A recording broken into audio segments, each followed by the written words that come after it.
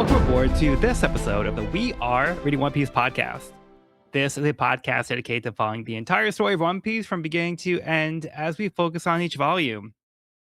We keep the discussion spoiler-free for new fans of the series, so this is the perfect place to follow along, whether you're new to the series or just want to revisit the world of One Piece with us. This week, we will be covering the first part of volume 81, Let's Go See the Cat Viper, which covers chapters 807 through 811. My name is Joel. I'll be your host. Joining me today, we have Evan. Hello. And we have Cody. What up? Good. Good, man. Let's climb an elephant. Again and again and again. That sounds like a plan. It happens to be the biggest elephant in the world. So Yeah. Good times. So we did leave off where the Strats just made it to Zoe, which happens to be a giant elephant, and they started making their way up. I'm going to give a quick recap from the beginning of the volume. It gets a little repetitive in some of these cases, but then it adds a little bit more detail, so we're just going to roll with it.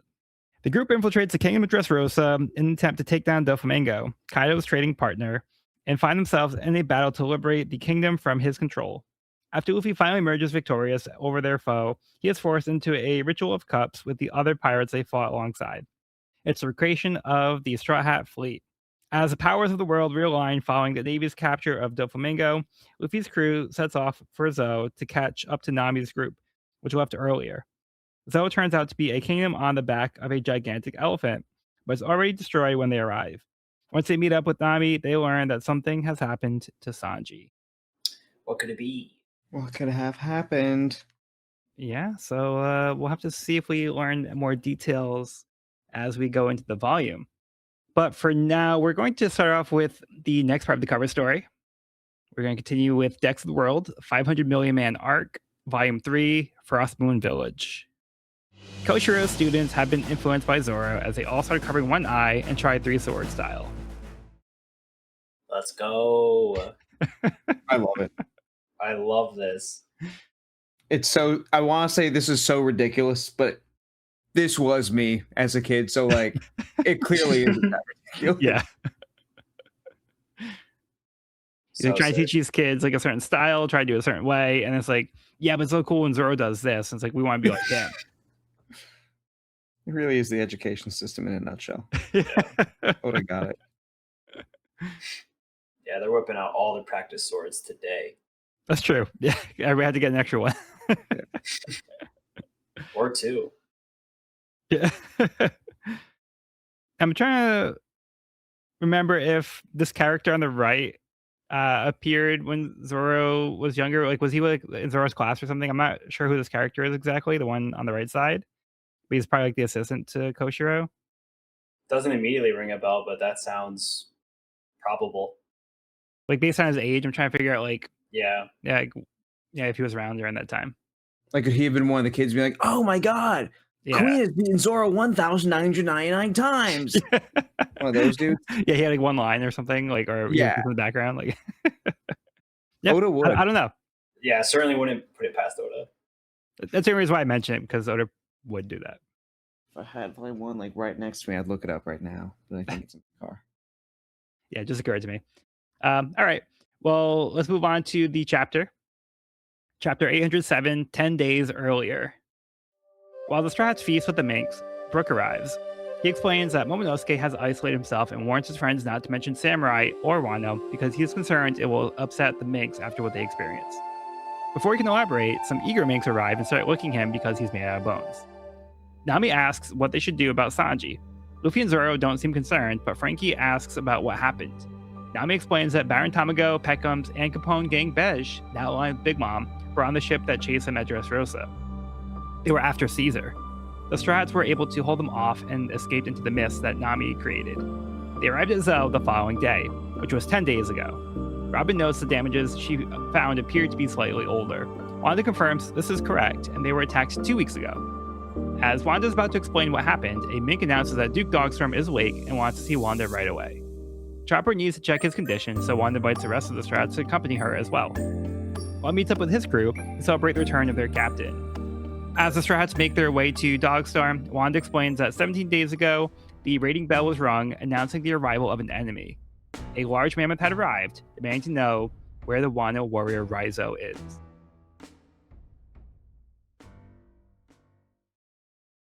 Okay, what do you guys want to start on this one? I just want to say that this starts out with a really, really cool spread. I love just like those first two chapters, the bottom panel is like this whole feast that they're having. Yeah. And like you just see like the conversation go as you go through the room, and then there's a second conversation on the bottom. It just flows so well, like as we're like getting further into the setting. I think it's a neat composition thing that I don't see in a lot of other manga. I think Oda only does like now and then. Yeah. My only complaint about the structure is when I first read the page. At first, I read the top part and then went to the bottom part, not realizing that the upper part connected still, because that's technically, it's supposed to read. You read the whole top part and then you read the bottom part. Oh, I see But what you mean. Yeah. yeah, because I just naturally decide to as I finish the upper panel, I go to the bottom of the page. But because of the way it's set up, it's actually supposed to continue on the to the next page before you go to the bottom section, because that's one big panel. Yeah. That does make I would argue that that doesn't like really take anything away from the experience, because it is kind of like this big party where multiple conversations are kind of happening at once. And I feel like as a reader, even if you like you said, read the right page, then the left page, I think it still kind of works, just because that is kind of the environment they're in. Yeah, I'm not criticizing it necessarily. It's just, for me, it just threw me off at first because it took me a second Gotcha. to realize the way that he had set up the panels was meant to continue in the upper section. So it just kind of threw me off for a second. Gotcha. Once I realized that, it made a lot more sense. But yeah, it just took me a second to put that together. It is a great panel, though. I love how it shows like the minks like cuddle culture, Yeah. which I love. I love it. physical intimacy, as Wanda puts it. Yep. Yes. Yeah, that's a great pun. Especially the fact like it's like just like these gnarly dudes saying, "Hey, let's frolic." So funny. Yeah. And And their obsession with Brooks. Mm-hmm. Oh, hilarious. Yeah. Wanda's kind of a freak about it. I'm not mad. It's very funny, but I'm like, hey. Yeah, there is a little bit of that too. Yeah, she's swooning. Yeah. I'm here for it. Good for her. Yeah, I mean, when they first arrived, it's like, oh no, they're gonna eat us, and now it's like, okay, they're very friendly. Yeah, and it feels very wholesome too. Yeah, Very likable. let us guard you. I also love Luffy telling Zoro not to be rude. Yeah, yeah, because they gave food. It's like, no, we have to be nice to them. They gave us food. That's the reason why Luffy's saying to be polite. Yeah. Yeah, and then we also get the explanation that this is what Wanda meant by your crew's corpse was just Brooke, not like everybody, but just the skeleton. It was just like bad wording on her part. Yeah. But it's a fun misunderstanding. It also works in Japanese because like there's no plural or singular definition, so corpse would be corpses. So like it really is like very ambiguous the way she says it. Yeah. Yeah. That's a good point. Yeah, that makes a lot of sense. Also, like a little above that, I do really love the where we like, okay, first of all, where's Kinemon? And Luffy says he should be here any moment. As at the start of the chapter, we see them falling on the Sunny again. This is a really funny chapter. I got a kick out of it. Yeah, they're struggling. Yeah, And as we see from the conversation on the next page, they found some letter explaining what happened to Sanji. We don't get to see it because Oda's really wants to draw this one out on it, but they're discussing it, and Luffy says, "Oh, he hasn't actually been abducted," and Zoro says it's going to work out one way or another. But that's why Nami is worried. Yeah. What that why is, we don't know yet. But So mysterious. You got any thoughts, Evan? I don't know. At first, I thought he was maybe taken, but now it sounds like maybe he like left on his own accord, almost in like a sacrificial kind of way, leaving a note. I don't know. It's really hard to kind of like glean too much because every time we're about to get like a cold hard fact, we're diverted. So it's like they get distracted. she's still teasing us. Yeah. Then I was But like, it sounds pretty dire. Like, ooh, setting, ooh, characters, ooh, lord. Don't worry about the curly man. No, it's fine. Look at this new place. Cool. yeah, it does seem very dire though, because or like Oda keeps playing it up like that, with like how it's been in the past couple volume or the past like volume and a half.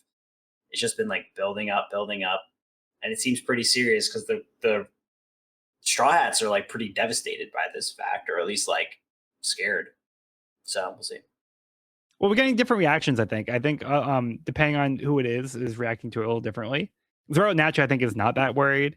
But yeah, Nami seems very concerned, but she's the one that really has more information about like what's going on here. Mm-hmm. And then like this scene with the letter kind of threw me off because as I was doing the summaries, I was like, I remember them mentioning the letter, but then I was like, did I miss something? Like they showed the letter or show them getting the letter? So it seems like it was just like off screen or off panel. So yeah, it didn't really explain that too much, but we, like Cody was saying, like we get the information they did receive a letter that had more information. We just haven't seen what it says. And the other thing that we also learn here is that Brooke says that the Manx seem to be sensitive to the topic of the samurai and Wano. So he's like, let's not bring it up because they have a bad experience about those things. So it might upset them if we talk about it. So it's making it a little tricky for them because they have the association with the samurai, and they're expecting Kinemon to arrive soon. So that could also, end up being bad. Awkward. If that gets them upset. Yeah. But we do start to fill in the gaps here, where Nami lets us know what happened from the events where we left them in Dressrosa when they were attacked by the Big Mom pirates. So we knew that Peckham's and Baron Tamago were part of Big Mom's crew. But we get the update that Capone, King Bej, is also affiliated with Big Mom now. So that's a new development. Interesting. Another supernova. Seeing where they're at. Yep. Yeah. And also, Big Mom is interested in Caesar. Yeah. Is it just general bad guy stuff, or is there something specific she wants from him? Caesar doesn't want to go. Caesar doesn't seem to want to go. No. Were Peckhams and Tamago on that like call displaying Land of Death or Shidokuni or whatever it was called in Punk Hazard? They might have been. I don't remember for sure, but it's very possible. Yeah. I could see them being involved. It makes sense that Caesar stock is on the rise with Doflamingo out of the picture. Mm-hmm. Right, because Doflamingo was like the one selling his product or like his destructive weapons. So go straight to the source. Yeah, he kind of had monopoly get access to the weapons Caesar. you no longer. Yeah, right. Hot commodity in the underworld. I like seeing how the Straw Hats handled the Big Mom pirates. They were effective at stopping the attacks, using Caesar as well. And then they were able to even do some pretty serious damage, it looks like, to the ship. So they got some good hits in there before they were able to escape. For a second, I was also wondering, like, is this Big Mom's like main ship? Because it seems pretty crazy. But then I remember, like, I think last time we saw that Blackbeard have like a bunch of identical ships, and I think Whitebeard did too. So like, yeah, it may be a flagship. I'm just like, now, like, how big is her fleet? Like, is this one ship gonna be a huge loss, or she just have like 20 more of them? Yeah, I'd imagine she's probably well equipped. Yeah.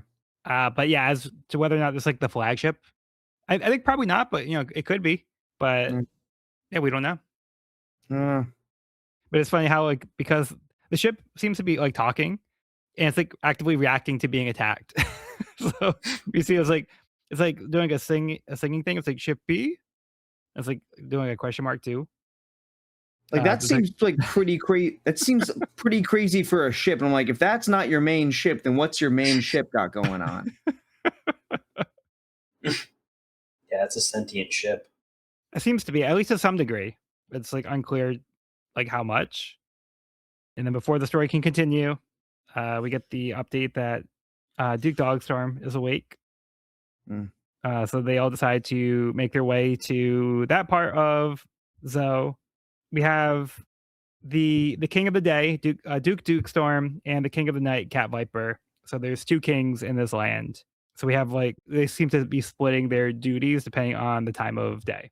Yeah, I think that's a pretty fun idea. Yeah. We get a little more later, but it's cool having like a diurnal and a nocturnal king. Yeah.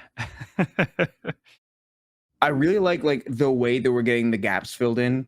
It's not just, hey, we're gonna give like every single thing at once. It's very much like it's very organic the way that the Strauss been missing. We're getting them in the order that you would think about them if you're going in this situation, instead of just like a, hey, here's a generic flashback. It just feels very organic, and I like that. Save Sanji's because it's just a little dangle. Like, come on, you're killing me.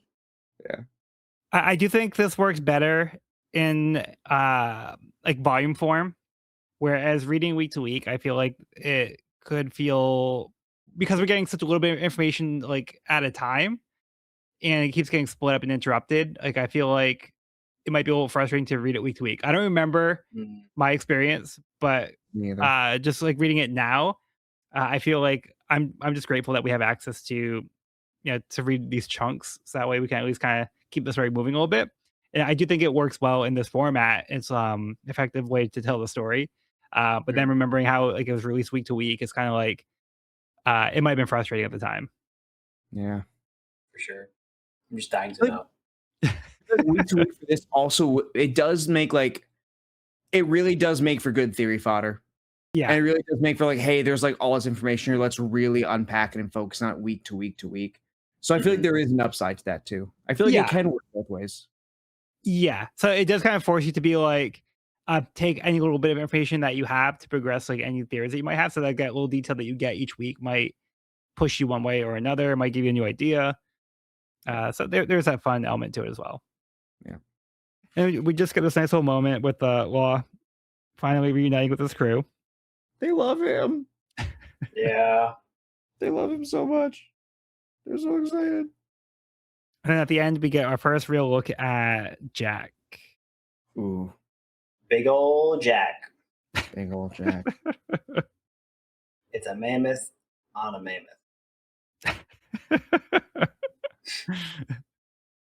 Y'all know I love me some high contrast. So this image, this gradient of like going light at the base of the trunk all the way to darker and darker as you go up. Love this panel. Yeah, very ominous looking.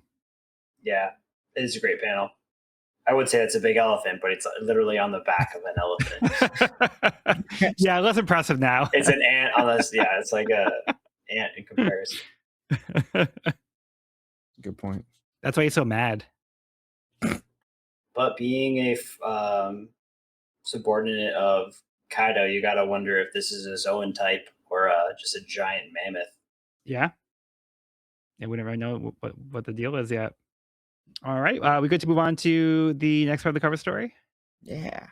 Yeah. Okay. Next up, we have Decks of the World, 500 Million Man Arc, Volume 4, Zero Village. Kaya and the former Usopp pirates celebrate Usopp's new wanted poster. Aw. Aw. This is cute. They're growing up. Yeah. Aw. And this time we actually get to see Usopp's face. God, Usopp. Yeah. That's why he had that moment where he was like, oh no, my actual face is on the wanted poster this time. Right before, wasn't it like a cropped photo or something? It was Sniper King. Mm-hmm. Oh yeah, that's right, with the mask. Yeah. Before it was he was in the corner of Luffy's wanted poster. It was the back of his head. That's right. That's what I'm thinking of. He was counting it, but yeah. Yeah, that's what I'm thinking of. That's funny. Yeah. So very sweet. Yeah, it's super sweet. Okay. Move on to the chapter. Chapter 809, Duke Dogstorm. The mammoth is Jack the Drow, a lead performer from the Animal Kingdom Pirates, and he's brought an army to retrieve Raizo. The Minks told him they don't even know who that is. They wouldn't accept this answer and demanded them to hand Raizo over. Monji the Mink tried to resolve things peacefully and told them to feel free to search their land for the warrior as they do not wish to fight. Jack did not like this answer either and attacked Monji, demanding them to give him Raizo. It became clear they would not be able to resolve the situation peacefully as the Minx did not have Raizo. They fought back. Wanda is not sure how they found Zo or why they thought Raizo would be here. Luffy lets slip that he was disappointed that the ninja that Kinemon mentioned isn't here. Wanda asks if by ninja he meant warrior from Wano, but Brook insists that he was only asking about the injured Dogstorm. They arrive at the Duke's sanatorium, where they meet Shishilian, who seems to be in a bad mood. When he sees the Straw Hats, he expresses his gratitude for them for saving the Minx. The Straw Hats are introduced to Dogstorm, who also expresses his gratitude. Luffy tells Dogstorm he must be tough, but he has been humbled by their defeat. Wanda insists that they were winning until Jack brought in a terrible weapon. Chopper explains it was Caesar's gas weapons.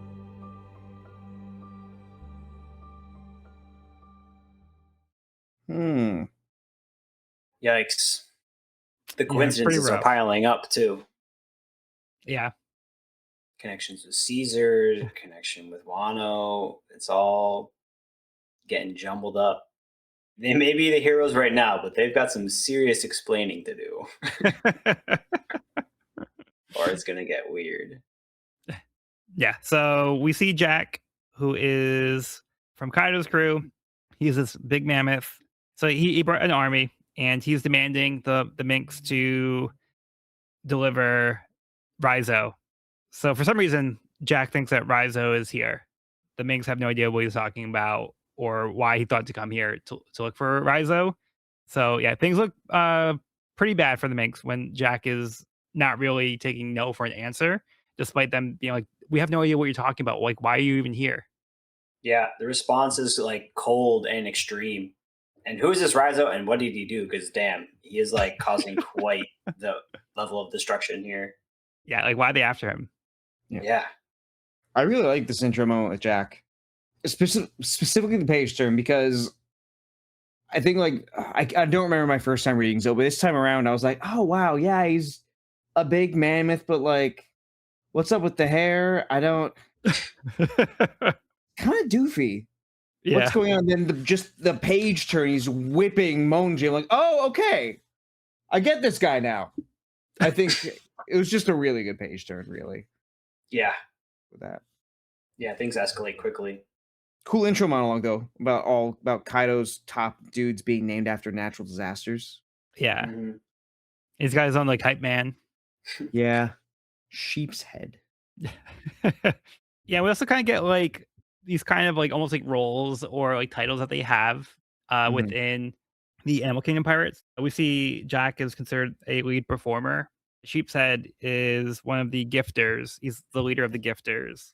And then did they introduce the other ones in this one? The pleasures? Yeah. Yeah. So it kind of reminds me a little bit of like Baroque Works, how they had like that structure where you had like the upper tiers and they kind of went down depending on like how strong they were like within the organization kind of deal. But it's our first look at kind of the Animal Kingdom Pirates organization. Do you find it interesting that this Jinrami person is the way that she's talking to Sheepshead? Because she calls him Master Sheepshead and then corrects him. And like Boss is like, hey, silence. Like, I'm like, oh, this is interesting. And so it's like, is she a pleasure? And are the pleasures higher than the gifters? We see the gifters have powers and the pleasures seem like they're kind of just random dudes. Is it just like that on Kaido's crew? Where, like, yes, there's divisions, but like there's this not necessarily a respect between members of them, even of your superior. It's curious. This raises an eyebrow, and I got questions. And I want to learn more. Yeah. I don't remember if they specify which group she's in. I was under the impression that she was in the gifters under Sheep's Head. Right. But I could be wrong or misremembering, or if it came up later. No, that was my first instinct too. I'm just like, is there like another explanation for it beyond like she's just? I'm just trying to think of like what other ways I can answer the question more than anything. Yeah, but maybe she's just like not fully like respectful, but like there's like a certain degree of respect, just like with how she's like addressing him. But it's like, yeah, I don't know. It's like unclear like what their dynamics really are, or if there's like some kind of way to like move up, or if there's like that little bit of like competitiveness between them. There's a lot of things we don't really know about their kind of structure, and this is just a very early look at their deal. Yeah, I just like that it's making me raise the question so quickly. Right. Yeah, I'm intrigued too. especially because we know from like what we know about Kaido's pirates, and like I don't know if we get the answer to the titles in this volume or this like pod, but I have a feeling that like the smile Zoan types or like the artificial Zoan types is maybe one of these groups, maybe the gifters. If I had to guess, Okay. because they're kind of like partial. They seem to be like partial Zoan types, You think that affects what group they're in? potentially. Okay. Yeah, Okay. but again, just Yeah, I can see theorizing. that. Maybe. But it's kind of getting confusing because it's like all these warriors fighting mink who are also like animals. It's like the battlefield's getting a little crazy. Yeah, and then like their designs are they're similar because they're from the same crew, but then it's also kind of like they can also kind of get lost in the details a little bit because like there's so many different people that we're now seeing. Yeah. So yeah, that's why it's like it's cool to look at the details because like you said, the gifters do seem to have traits of animals. So like we see like there's like a lobster claw here. This other guy has like horns and like big ears. So yeah, it's interesting to see, the kinds of abilities that they have here. Yeah, and then we cut away from the flashback a little bit, and they arrive at the Duke Dogstorm Sanatorium, and they come across Shishilian. What do you guys think of Shishilian? The mink Seems sick. musketeers. Love the carrot. Love the design. Love the like musketeer look. Yeah, it's one of the 3 Dogstorm Musketeers. Full power. He does everything at full power. Yeah, that's like one of those great examples of like characters that Oda takes with like a gimmick and then like makes it their thing and then just goes like goes with it.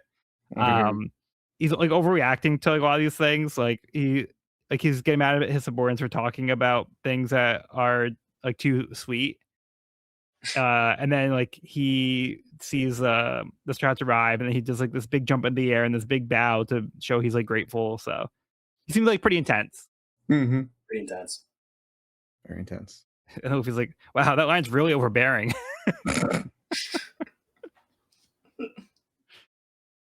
Yeah, and then we meet Duke Dogstorm. Big dog. Big dog. He's in rough shape. Yeah. Yeah. So any thoughts on Dogstorm? He just seems like a cool guy. He seems very humble, very chill isn't the right word. But Maybe like why? I like the Humble. atmosphere that he what? I was reading what you said. Is like humble. He seems like a good leader. Yeah. I just like his vibe. Agreed. Yeah. So it's good that he's awake and maybe we'll get some more information. But yeah, he thanks the Straw Hats for their role in helping the Minks.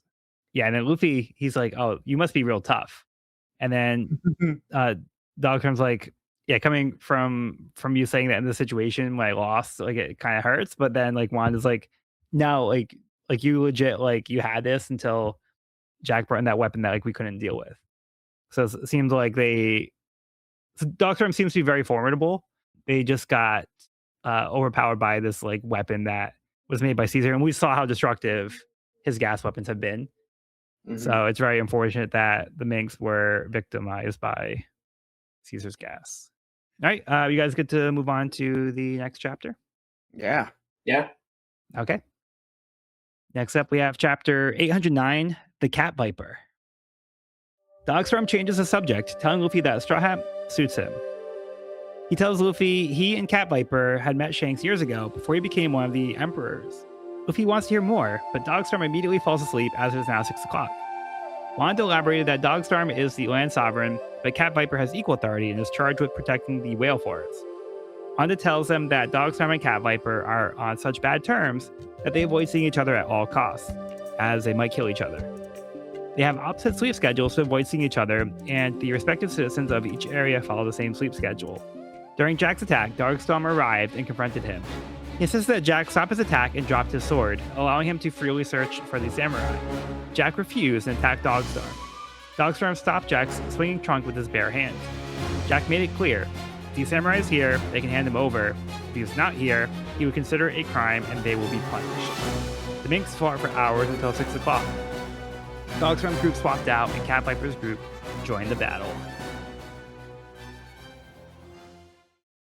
So now we introduce the Musketeers and the Guardians. It really is like building up all these like subgroups of fighters, which is fun. Yeah, it's cool to see how these other lands are operating and what their structure is. So we're getting a lot of details about how the Mink tribe works and how they function. So it's kind of cool to get this throughout, these series of chapters. It helps give us a good idea of like how they function. And again, just seamlessly like dropping in the backstory as we get those specific factions and getting them relevant to it. But it doesn't feel like it's like disjointed. It doesn't feel like Oda's like forcing the structure. It just works. Right. Yeah. Yeah. It's pretty seamless.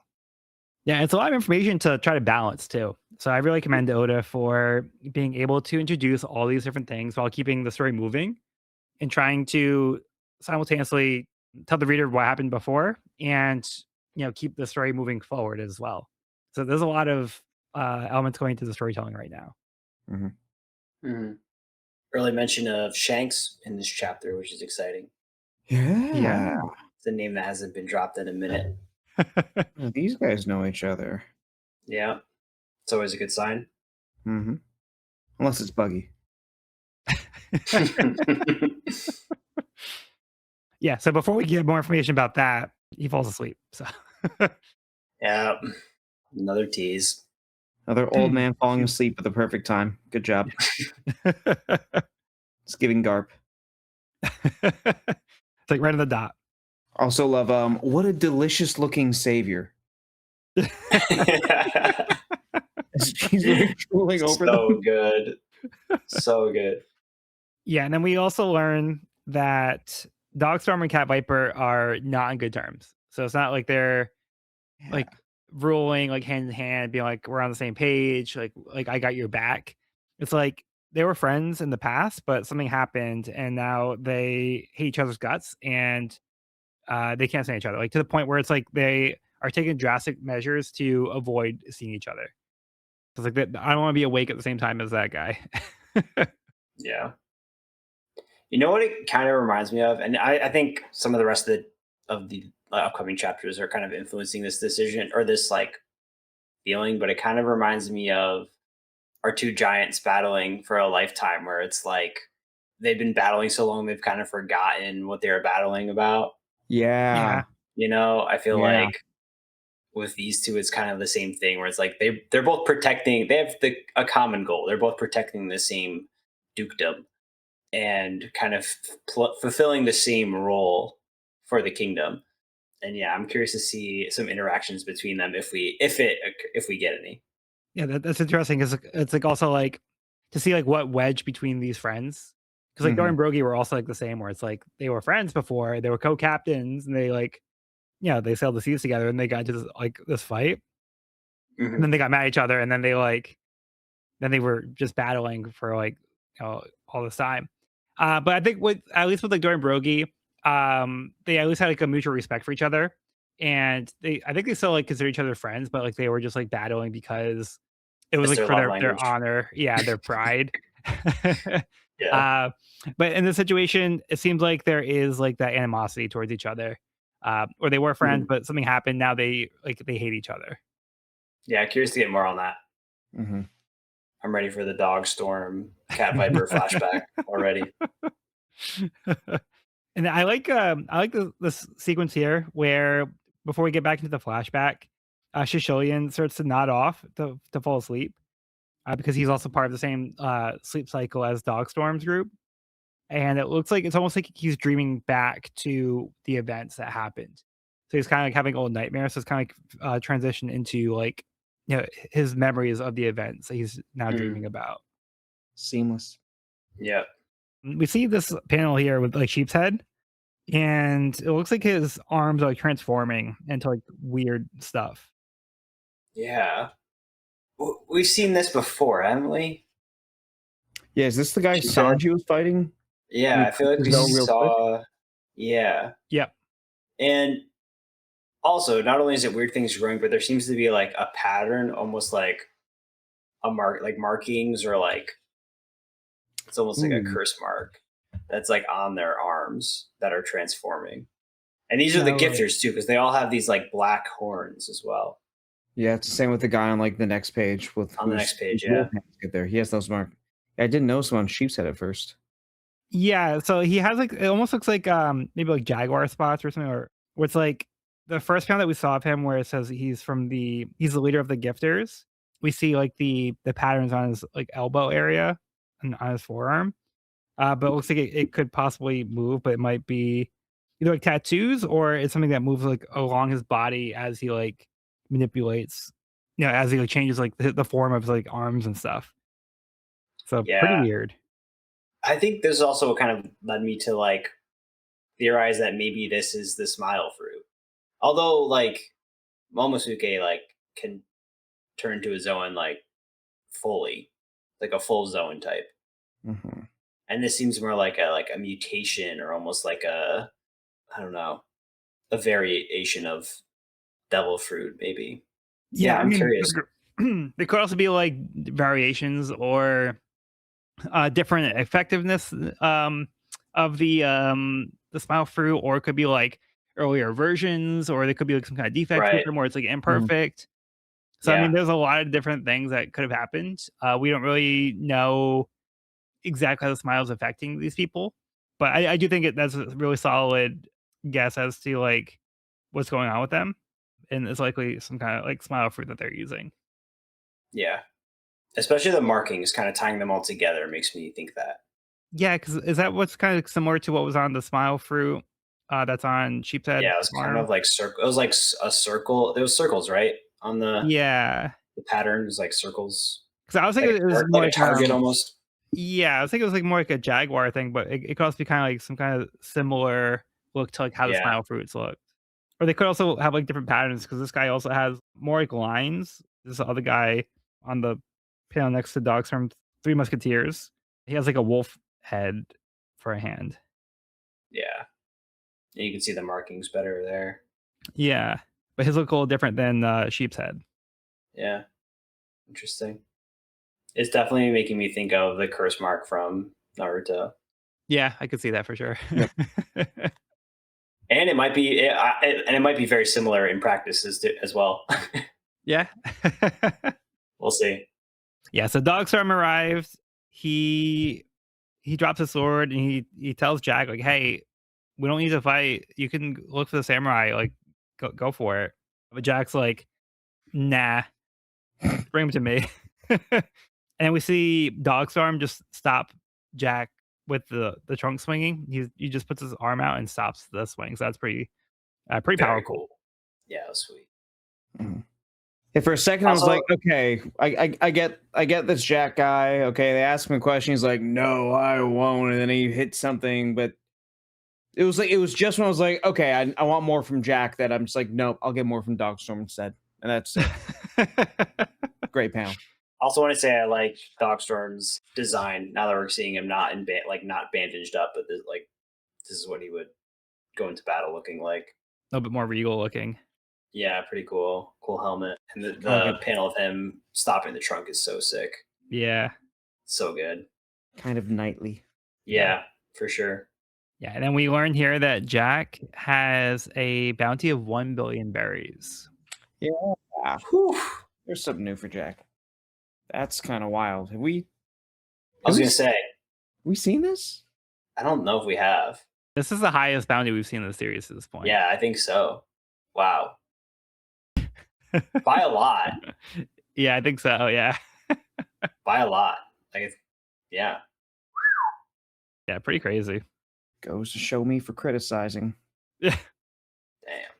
Yeah. So for Jack, it's not even about being reasonable or logic. He's just like, hey, I like destroying stuff. I'm having fun. So I'm just gonna keep doing this. And if you don't bring me the samurai, I'm just gonna keep going until I get bored. Just a little asshole. Yeah. And there's a Yeah. little detail here too, where we see Dogstorm go to pick a sword back up, and we see like the electric around the sword. We see like the zap happening around there. So kind of similar to what we saw with Carrot. Mhm. Mm. And like most of the minks, it seems like even in the battles, like a lot of the minks seem to be using electrical powers. Yeah. Yeah, Even seems even like the little kid in the last chapter. yeah. So a lot of zapping going around. I do like this point about them switching shifts. That does make it more believable that they were able to hold this guy off like strategically. Yeah. Yeah, enter the cat viper. I can't. I don't know if I can explain why yet, but I love this character design. Like, I absolutely love it. I don't know if it's like, I don't know. It's like Lothcat meets Cheshire Cat. Hmm. Mm. He's pretty wild looking over here. Yeah. Yeah, I don't know. I can't explain it, but I absolutely love this character design with the big, huge tail too. Yeah. It seems like a lot of the mink have like pretty big tails. Yeah, and look at this panel. Like I don't think I've ever thought this before, but like he also kind of makes me think of like a crazy cat bus. Yeah, Like the same kind of like cat almost, but like just a crazy version of like what cat bus would look like if it was like insane. yeah, yeah. I don't know. I really dig the character design for the cat viper. Oh, Yeah. I see. I still have to see Totoro. This makes Oh, total I sense. see. Okay. Yes. Ah. Because like cat bus like would also run, but it's just like this is like cat bus going crazy. All Yeah, big fan. right. We have anything else in this one? Mm-mm. Well, Jack is confirmed confirmed zone type here, Yeah. kind of at the end. Because he seems to be changing his form. Yeah, he like changes, like comes up from the smoke. Mammoth goes down. Man stands up. Yeah, and this is close to what we've been seeing with him before when we saw him like looking at Doflamingo's ship. Right. We It's we like keep that getting like these same. close ups to like his face, Yep. but we still haven't really seen his full design yet.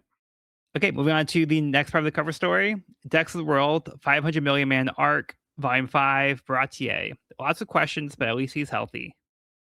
Zeph sees Sanji's updated wanted poster and is confused why it's changed to live only, but is happy to see that Sanji seems to be doing well. The sketch sound Jeff. in your head. Amazing. Yeah. Wait, say that again. The bounty poster sketch Sanji figurehead on the secondary ship on the right hand side. I love it. Yeah, it's so funny. good. Yeah. But I think Carney might be mad that his wanted poster changed after they updated it to be the previous one. It's like, oh, now we have to change it again. Okay. Moving on to the chapter. Chapter 810, the Twirly Hat crew arrives. Cat Viper remarked that Jack had a rare devil fruit, an ancient model of the Elf fruit. Jack was surprised the Minks had this many warriors left. The battle continued for 5 whole days. The Minks swapping out with the day and night cycles while Jack kept gaining reinforcements from the sea. Eventually, they were able to dwindle down Jack's forces, but Jack himself was difficult to stop. On the 5th day, Jack retreated and brought out the poison gas weapon. The gas covered Zoe, immobilizing the Minks. Jack and his men returned with suits and began to go one by one to each Mink, demanding to know where the samurai was or they would be killed. The stronger of the Minks were crucified and tortured, but none of the Minks knew where the samurai was. On the 6th day, Jack and his men decided to leave the island. Wanda did not know the reason why he left, but Dogstorm, having now woken up again, tells him that Jack left once he heard of Doflamingo's defeat. Thanks to Luffy defeating Doflamingo, Jack left to attempt to rescue him. The following day was when the Twirly Hat crew arrived at Zoe. As they explored the back of the elephant, they noticed signs of the attack. They found a mink girl running from Sheepshead, who stayed behind. Not entirely sure what was happening, Nami decided they should help the girl being attacked. Once she was rescued, she ran off. The Twirly Hats came across the minks who were hit by the poison gas. They found the injured Pedro, who begged for them to help Dogstorm and Cat Viper, still being hung up, insisting that they must not die as the world awaits them.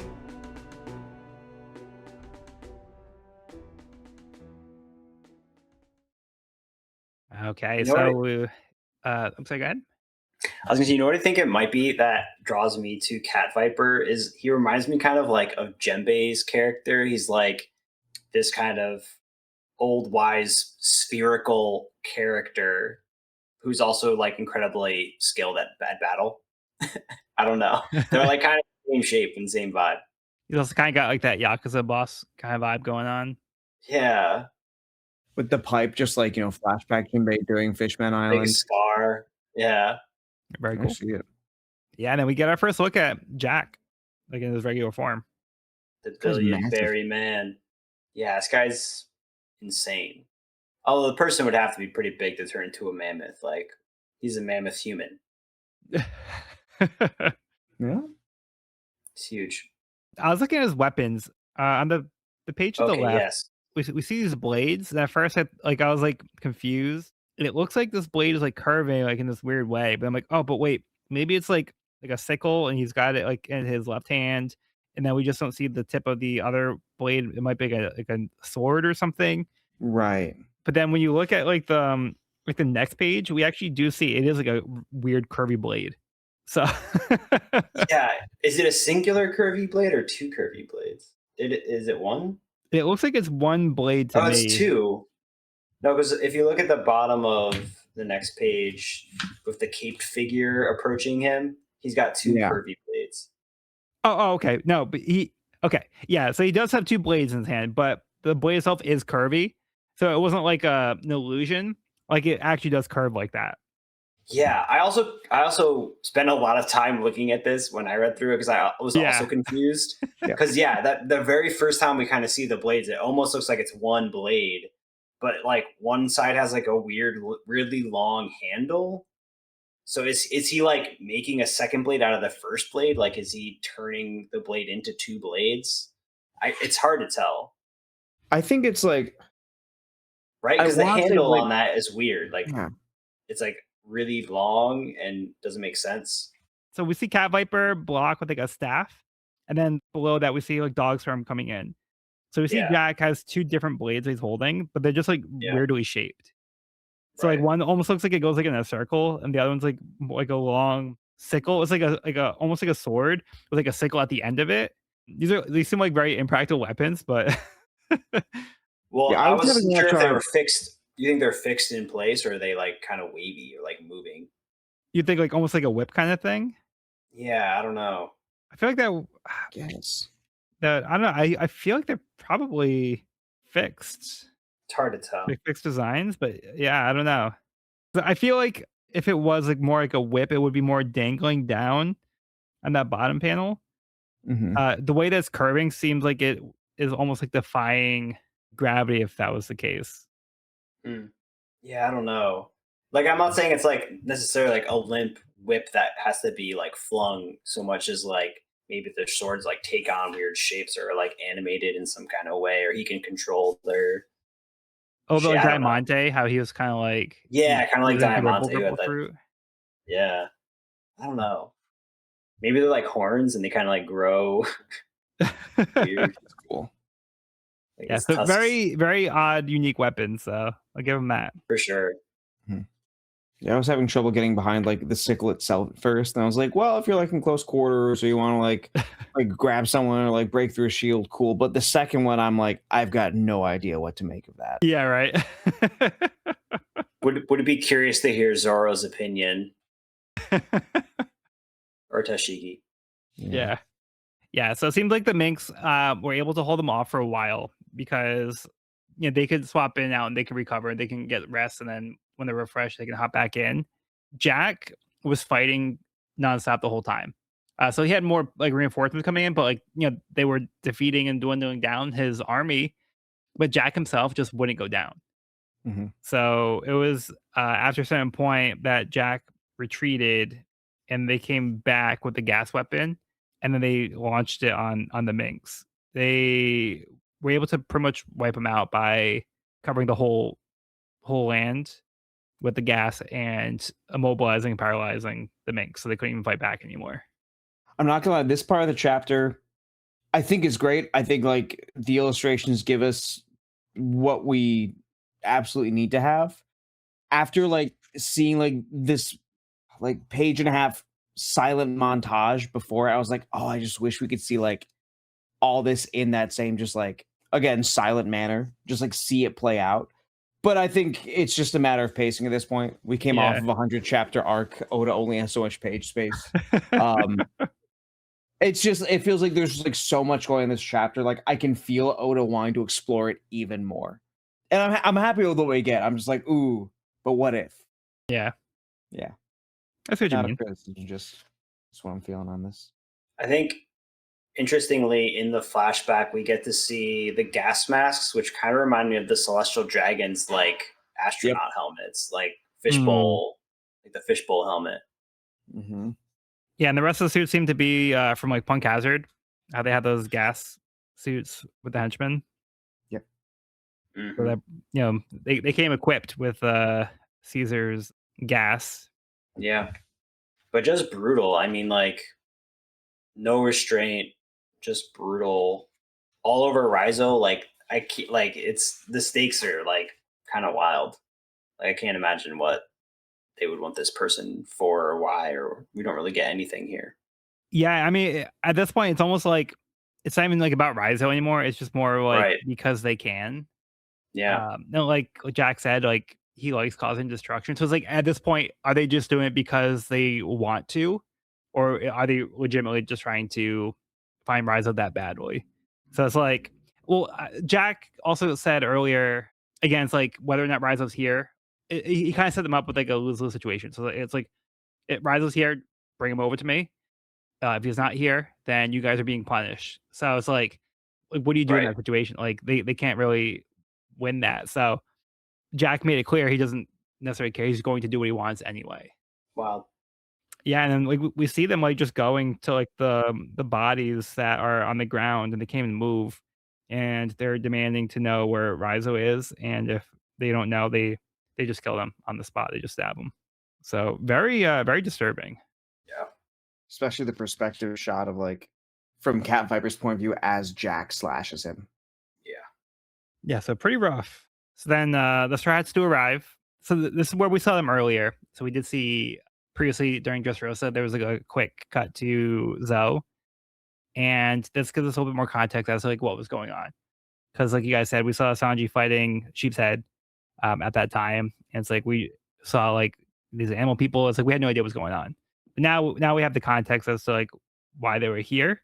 We see that they're able to help this girl, Tristan, who's being chased by Sheepshead.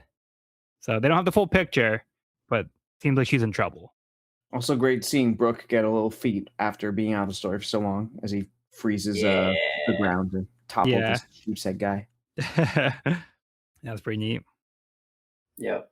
But it is interesting. We kind of see the twirly hats reacting kind of the same way the straw hats react when first arriving at this island, where they're kind of confronted with the decision of like quickly having to like make judgment of character and choose a side kind of quickly. And I feel like they both quickly able to find like friend from foe, which seems to be like a trait not exclusive to Luffy, but becoming a trait of the straw hats as a whole as a crew.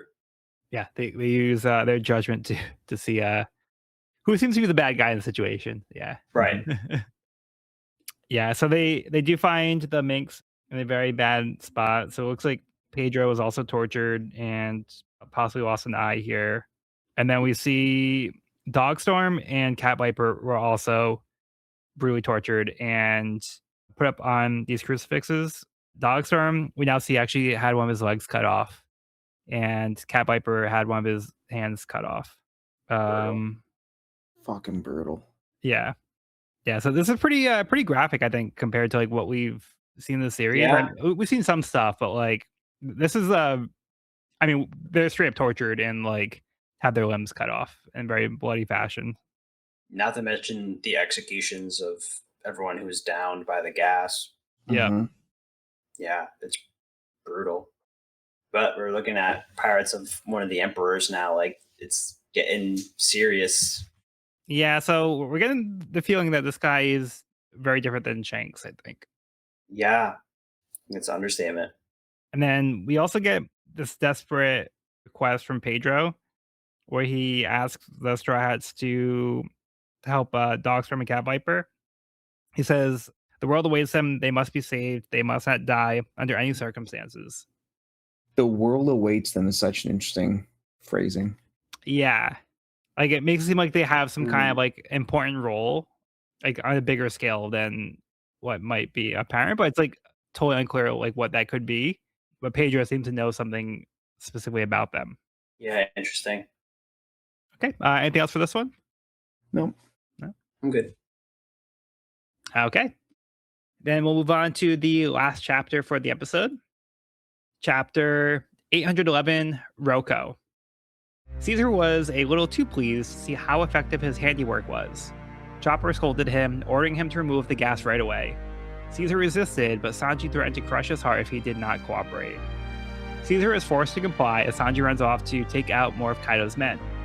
They decide to retreat and reported that the samurai was actually not here in the end. As the Twirly hats attended to the wounded, they weren't sure if the Minks would be friendly or fight back. Suddenly, Nami was attacked by Wanda, asking if they were with Jack. Nami defended herself, but Wanda pulled out dynamite. Tristan, the girl who they saved earlier, arrived with Pedro and told Wanda that they weren't with Jack. Chopper told them to help as many people as they can to get to the hospitals and instructed that they need to start detoxing them immediately. They all worked together to tend the wounded. Wanda tells Nami that they're grateful that they arrived and saved everyone. Chopper says it's time for him to check on the nocturnal patients. Robin asks if Wanda should be sleeping, but she explains she is a king's bird who is a go-between for the two kings. She says she should send word that Dogstorm is fine. Luffy wants to meet Cat Viper, so the Strats decide to go as well. As they travel, Luffy wants to know what happened next. Brook tells him that there are more details that the Minks aren't aware of, and begins to tell what happened 2 days ago. He warns that Sanji might never come back. Luffy gets angry, insisting that Sanji said he would come back in his letter. Brook explains that they had made an error when they escaped from the Big Mom pirates. They allowed them to overhear their destination. Normally, it'd be difficult to find this location, but Peckham's is from Zoe.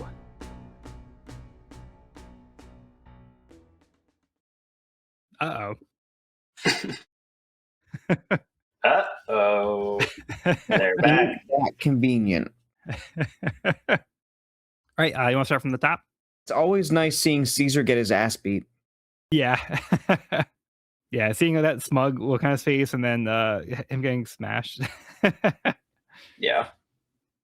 The gas is named Koro, but the chapter was named ROKO. Mm-hmm. He seems to yell ROKO as part of his neutralizing Oh, okay. move. Yeah, I assume it's like because like Ko and Ro are the two characters there. You just put them backwards it as around, the opposite yeah. gas. Yeah. So he's calling back in. Yeah. So it's like begrudgingly kind of the hero here. Kind of like because he was a you problem know. in the first place, but sure, he's fixing his own error, but yeah, it is fortunate. Fortunate that he was here in this moment. Yep, exactly. Yeah. The one person that could have, solved the situation. Yeah, probably the only person in the world. Yeah. With maybe one exception. It's also I'm thinking about this now that Evan brought up the twirly hats so quickly being able to sort friend from foe. And Caesar, on the other hand, just saying, well, we don't know if these minks are so great. Well, they kind of hate people. Well, maybe we should just leave things alone. It hits a little different now that you've made that point, Evan. Yeah. So they're trying to justify why they shouldn't help. And also seeing like Jack and his brutality and not willingness, like a lack of willingness to hear people out or try to come to a agreement or actually find resolution. Right. But yeah, we see the Minks, Wanda in this situation in particular, on guard. So they were just invaded and brutally attacked. So unfortunately, because of that, she's being very defensive here. But I think it's understandable with the circumstances that, they're worried that they are going to be killed off. And it's like, oh, are there more people to attack us here? Again, to Evan's point, she wasn't really sure like how to tell friend from foe. So it's like, are they a bad guy or not? She wasn't able to make that distinction here. But luckily, they are here to help. And, they see that the Minks have been injured and they're doing what they can to help out. And then, Pedro and Tristan arrive and vouch for them and say, oh, yeah, they've been helping us So yeah, we don't need to worry about them attacking us. And now with Jack. That panel of Wanda asking, "What grudge do you have against us? What do you stand to gain by killing us?" Yeah. So powerful. Yeah, the tears streaming down her face. It's a really good expression. Yeah, it really is. Yeah, and then Jill says, "The one UTO seek is not here. How much of our 1,000-year history must you destroy before you're satisfied?" So that also does indicate that the Minks have been residing here also for 1,000 years. Oh, true. Notably, predating the gap. Yeah. Mhm. Yeah, and I love Chopper and Nami's reaction to it. So we saw them on Punk Hazard and how they were so concerned about the kids and making sure that they were treated. So we kind of see that the same quality here. So Chopper and Nami are both very invested in trying to save everybody. So Chopper, he's been like getting to work on this, and then when Wanda asks like, "Will you help us?" Nami says, "We won't abandon a single person." Yeah. So yeah, it's very nice to see how much the Straw Hats actually care. Yeah, not your run of the mill pirates. Yeah. This is skipping ahead a bit, but the quote that Wanda has after this flashback ends: "If you had no idea who we were and yet rushed to save our lives." Yeah. Like if that's not the spirit of what they do of One Piece, I don't know what is. Yeah. Yeah, Because I mean, they make friends wherever they go because they're willing to help everybody pretty much. yeah. And look where it's gotten them. I mean, you help these people and they become allies and make you help you on your journey to your dream. It's Yeah. like that's kind of like their whole MO. They're all helping each other reach their dreams. Yeah. But it's never transactional. It just starts from like just genuine, like, oh, Yeah. just an impulse. Yeah. Yep. Except for when they wanted to help Vivi. Nami made it very transactional at first. Yeah. Yeah. But ultimately, they didn't actually transact that in the end. So, But also a trait of Nami's that I feel like we have seen a lot less of late. yeah. It just felt like early Nami trying to take advantage of the situation. She saw like an opportunity, she had to take it. Now we're seeing more situations where that's not really necessary, Mhm. and they're like on the journey now, and like they've been through a lot. So yeah, I think there's been some growth with Nami when it comes to that too. Mhm. Yeah, for sure. And speaking of growth for our Straw Hats, I love seeing Chopper step up here and go into doctor mode and just be like Yep. a total leader. I love that. I do too. Love seeing Chopper just like standing up and laying down the law, putting down, doctor's orders. Yep. Yeah, and it's like so cute that like he's like very concerned about them. He's personally attending to the Minx. He's like, all right, well, I gotta go check on Dogstorm. Okay, now we gotta go check on Cat Viper. So he's taking their care very seriously, and yeah, he's like, I'm going to personally attend to each of them. Well, And man's we get a pulling little double flash punch. of, yeah, we get a flash of Caesar helping with the potions here. Yeah, Mhm. It's kind of interesting. not because he wants to, but because he's being forced to. It was just so nice, like seeing like as like they get to work, like everyone's like more and more people come to help as they realize, oh, it is safe. Oh, we can. Oh, there's this example of hope for them. Yeah, It was a really good montage. Yeah. and then like Chopper's randomly wearing this like football helmet. Don't know exactly why, but it's actually really cute.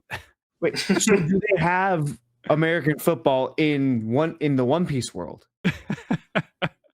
Because if so, like what does this helmet mean otherwise? Like where they get the design? Like Yeah, I need right. to know.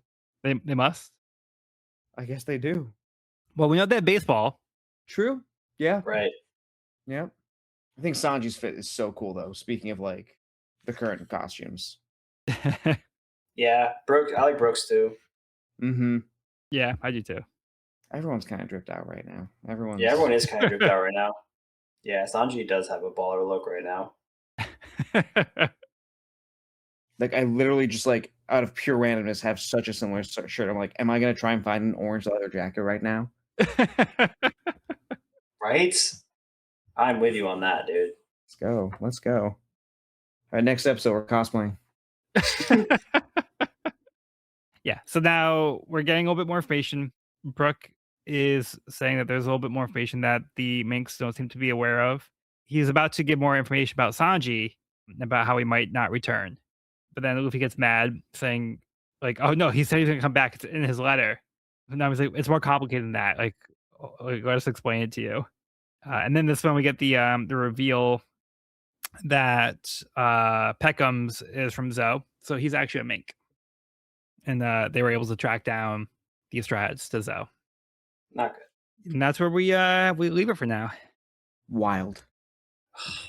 I want to jump back to the Chopper moment real quick, just because I feel like we've probably talked about how like Chopper and Caesar are like polar opposites, but I love how like we're seeing, you know, science used for evil and then being reversed, science being used to like harm versus healing. Yeah. Mhm. I think it's kind of cool how Chopper is able to like reverse the damage done by Caesar here, in a way. We're seeing both sides of science and how it could be used for good and how it could be used for bad. Also kind of go back to like Frankie's backstory too, where it's like Mhm. Mm-hmm. so like with Caesar's, it's a little different because like the gas is made specifically as a weapon, and there's not really much other use for it. With like Frankie, it was more like we had the weapons where it depends how you use it. So just existing, doesn't Right. make it a crime.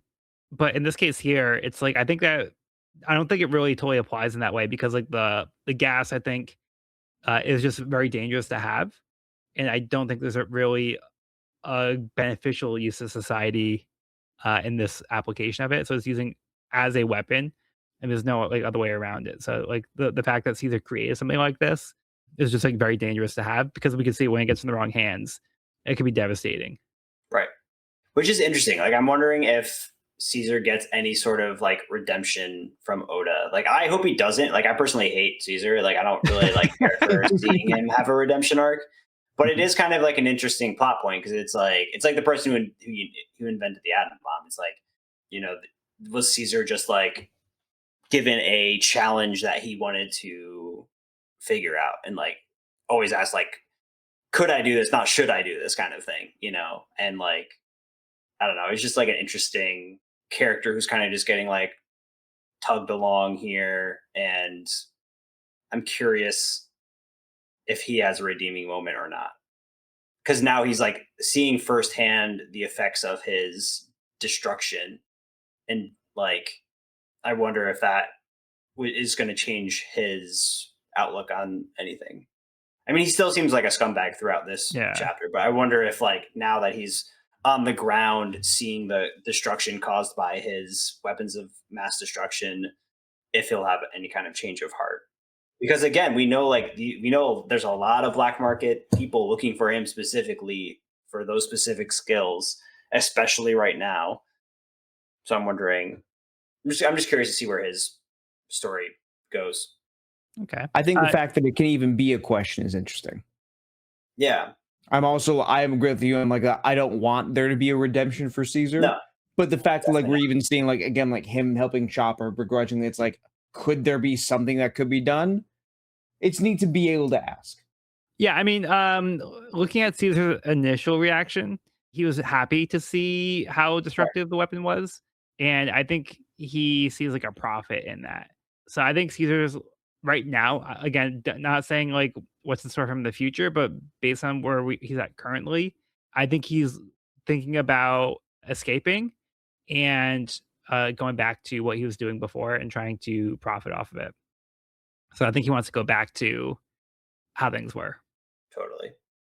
Yeah, we'll see if anything changes if Oda decides to do something different with Caesar. Right. I'm like, I think I'm coming at it like this could be the tipping. Like, I wonder if this is a tipping point for him, just because Yeah. like he's always been behind the scenes, and like you said, his first reaction is like, wow, look how good a job I did doing this thing. You know, not Yeah. the catastrophe that it caused. Yeah. No guilt. Yeah, no guilt, just like pleasure from having done a good job, and yeah, Yeah.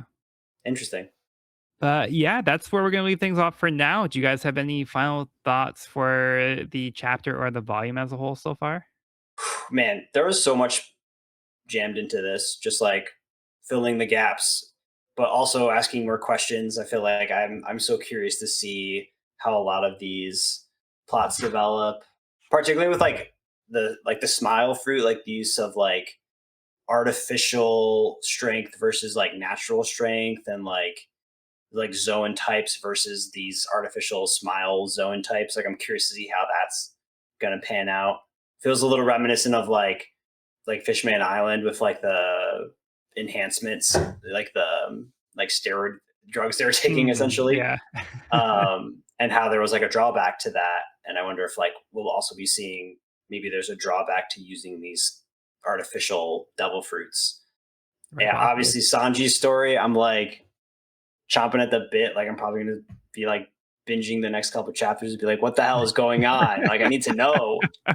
It's killing me now. Because not only is Sanji missing, but isn't Momosuke also missing? Like we haven't seen him yet. He's not missing, Only in but flashbacks. he's isolated himself. Yeah. Oh Um, yeah, that's yeah. right. Because they don't like scaly creatures. No, That it's makes because them like because he doesn't want, because he's a samurai from Wano, so he doesn't want to be associated. Uh, gotcha. so yeah, like they're worried that Oh, they're gonna negatively react to him. right. So I That think they're makes trying to perfect like sense. keep him away from everybody.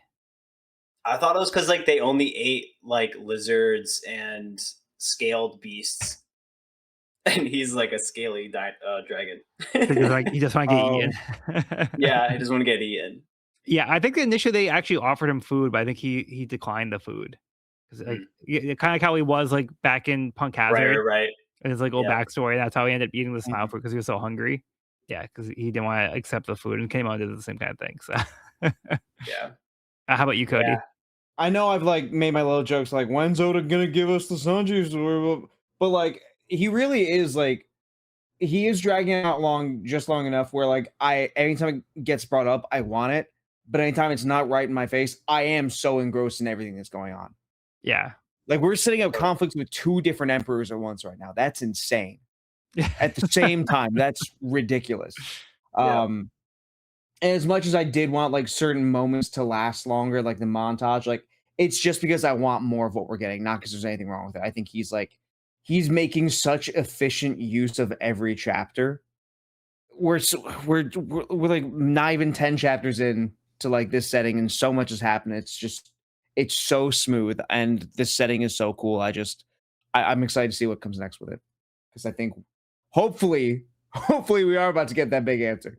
So we'll see. fingers crossed. Yeah, I mean, Zoe has been very fun so far.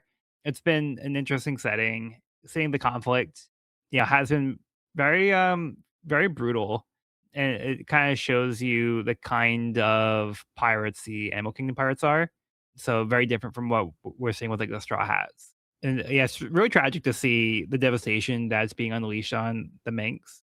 And they tried to resolve things peacefully. So it's like it's sad to see when they try to cooperate and they just don't want any trouble, but there's just no reasoning with certain people. So Jack in particular is just a force of destruction and he's not taking no for an answer. But yeah, we've been getting some interesting stuff with the Minx and getting a little bit more set up for how their kingdom's set up. A lot of mystery going on here. So yeah, the story has been kind of like being drip fed to us a little bit, but it's to kind of make you want more and to tease the mystery. So yeah, knowing Oda though, things are gonna hopefully pay off. But yeah, we'll have to get more answers as we progress through the arc. Hooked. I'm hooked. That's what Oda wants. Yep. And that's what I want too. Yeah, I'm glad that the story is gripping. So, No, totally. all right, but that will conclude this week's episode of the We Are Reading One Piece podcast.